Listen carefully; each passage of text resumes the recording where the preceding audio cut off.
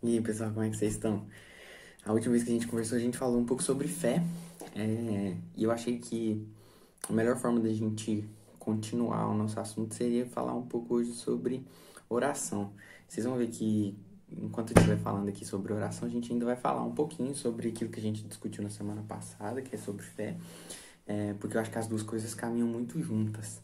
É, e aí eu queria lembrar mais ou menos o que a gente falou na semana passada, né? A gente conversou sobre como é, a gente precisa entender que a nossa fé é algo que a gente deposita na pessoa de Deus. E não nas circunstâncias, naquilo que a gente deseja que aconteça e tudo mais, mas na própria pessoa de Deus, de Jesus Cristo, do Espírito Santo.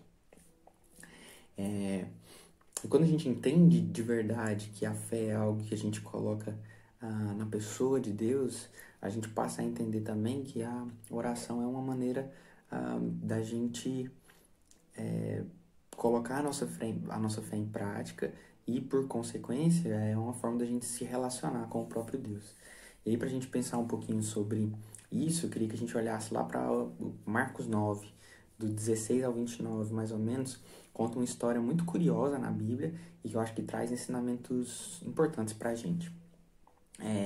Quando a gente olha lá para Marcos 9, vocês vão ver que um pouquinho antes aí do versículo 16, Jesus tinha subido para o monte com Pedro, Tiago e João, e ali acontece a transfiguração. Então, Elias e Moisés estão ali com Jesus, e Deus fala diretamente com Jesus, os discípulos ficam um pouco afastados, e naquele momento importante espiritual ali, Jesus é como se ele mudasse a aparência dele e tudo mais.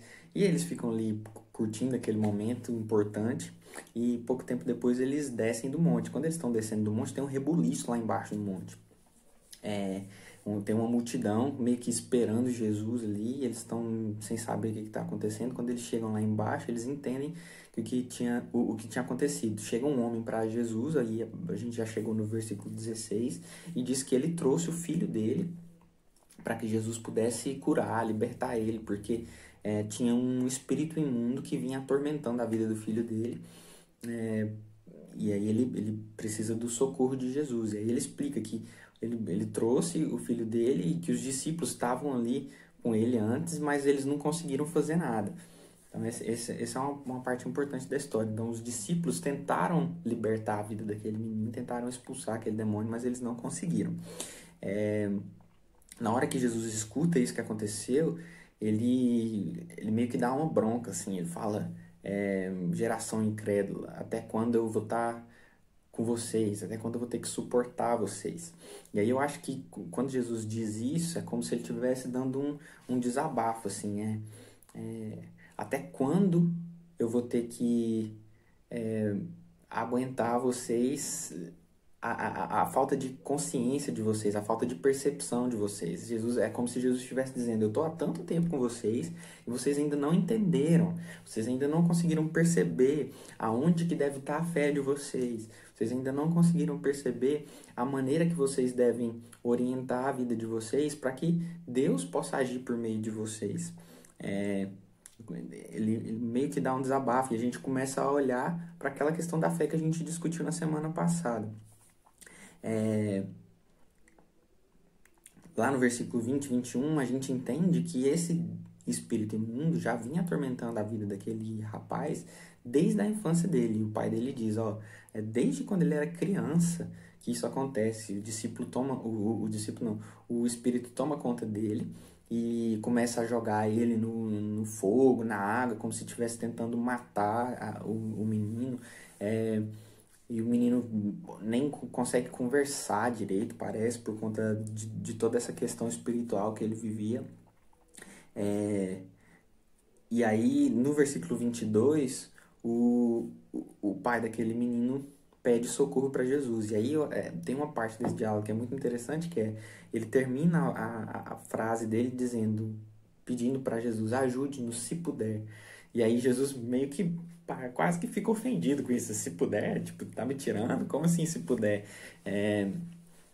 E aí ele diz, tudo é possível ao que crê. E aqui a gente olha de novo para a questão da fé que a gente estava discutindo na semana passada. Então Jesus, como assim se puder?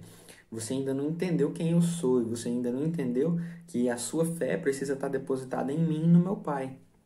É meio que isso que Jesus está dizendo aqui por trás desse diálogo, né? E aí o homem diz, eu creio, mas eu preciso que o Senhor me ajude na minha incredulidade. E aí eu acho essa sensibilidade desse homem muito importante e deve servir de exemplo para a gente, né?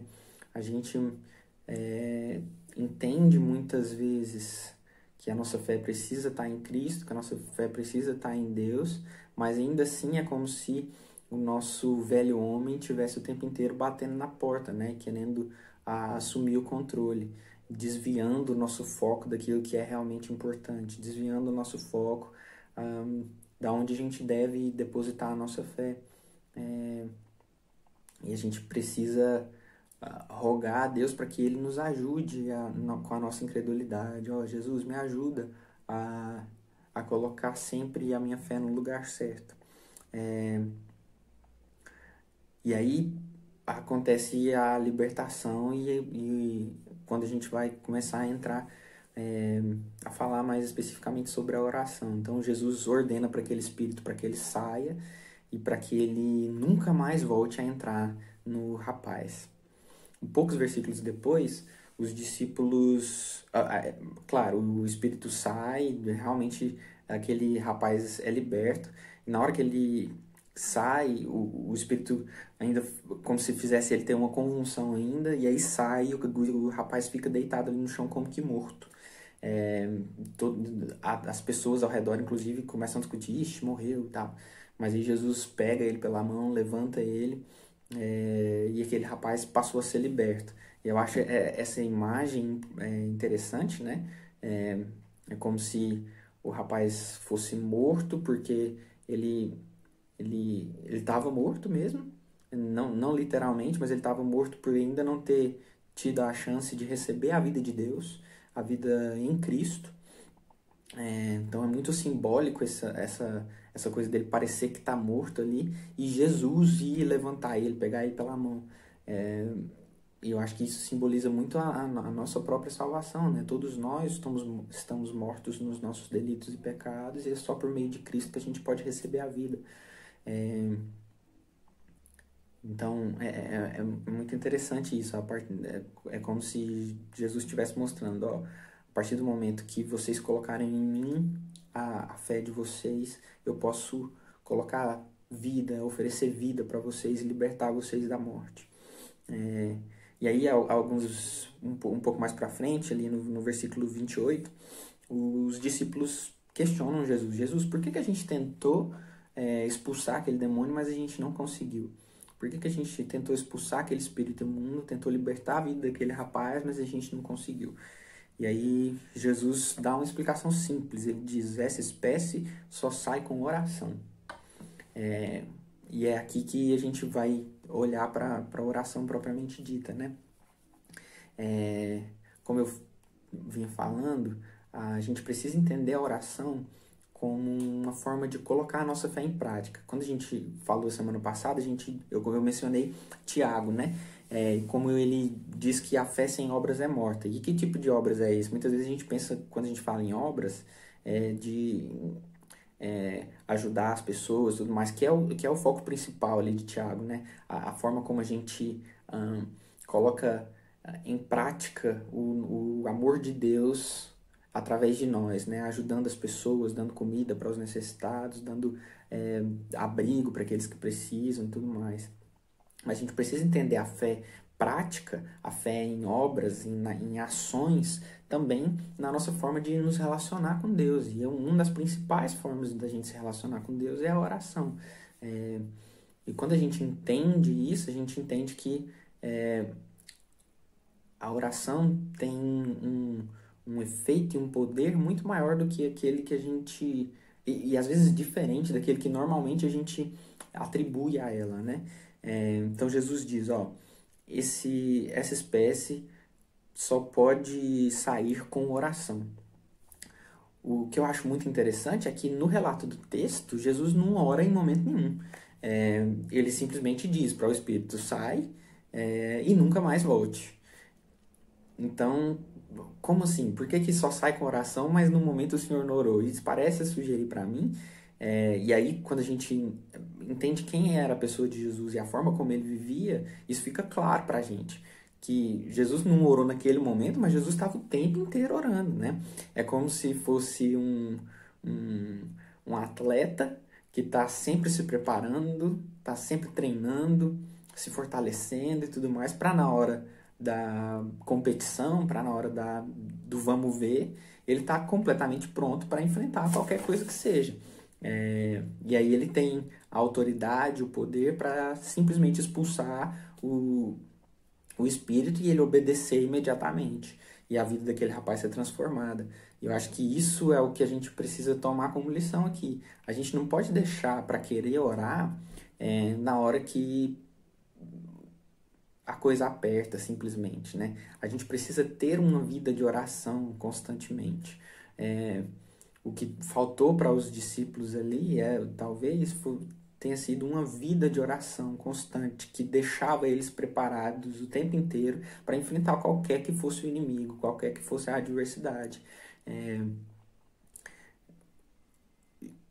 não era necessariamente na hora que eles enfrentassem aquela situação ali, eles orarem naquele momento e o Espírito sair, mas é a construção do relacionamento deles com Deus através da oração que faria com que eles estivessem preparados e prontos para enfrentar aquela situação.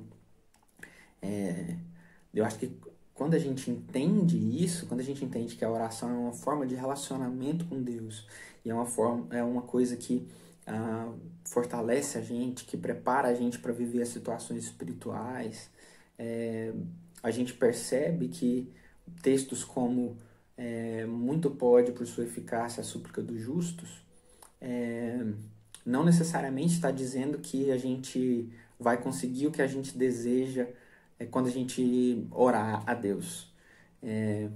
Mas está dizendo que a nossa oração é muito eficaz, ela é muito poderosa, não necessariamente para nos dar aquilo que a gente quer, mas porque ela é uma maneira da gente construir e desenvolver o nosso relacionamento com Deus. E isso é o que tem o efeito maior e mais forte na nossa vida, o nosso relacionamento com Deus, e não necessariamente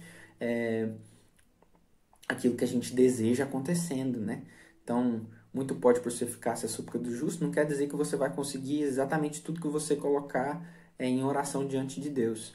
Mas quer dizer que mesmo quando você não conseguir aquilo que você quer orando a Deus, o fato de você orar a Deus já traz um efeito muito positivo e muito importante na sua vida, na medida em que através da oração você está se relacionando com Deus.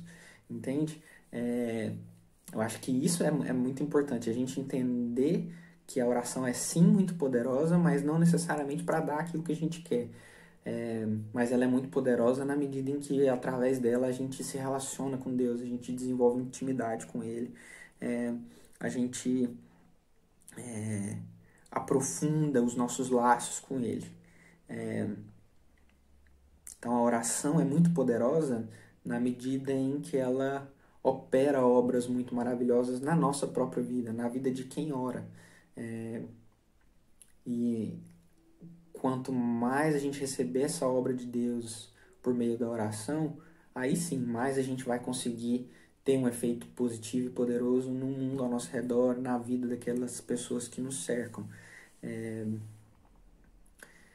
Então é isso que eu queria falar com vocês hoje sobre a oração. Espero que nós consigamos sempre investir o nosso tempo, nossa dedicação em oração, entendendo que ela é importante, especialmente para nós mesmos, para quem ora. Na medida em que Deus opera nas nossas vidas através da oração, na medida em que a gente se relaciona com Ele através da oração. E é assim que a gente vai colocar a nossa fé em prática. Então, que Deus abençoe você, que você continue estimulado a estudar, continuar estudando sobre as bases da nossa vida cristã e sobre tantos outros assuntos. Deus não se cansa de se revelar para a gente de diversas formas e a gente tem que aproveitar elas para conhecer mais a Ele, se aproximar mais dele.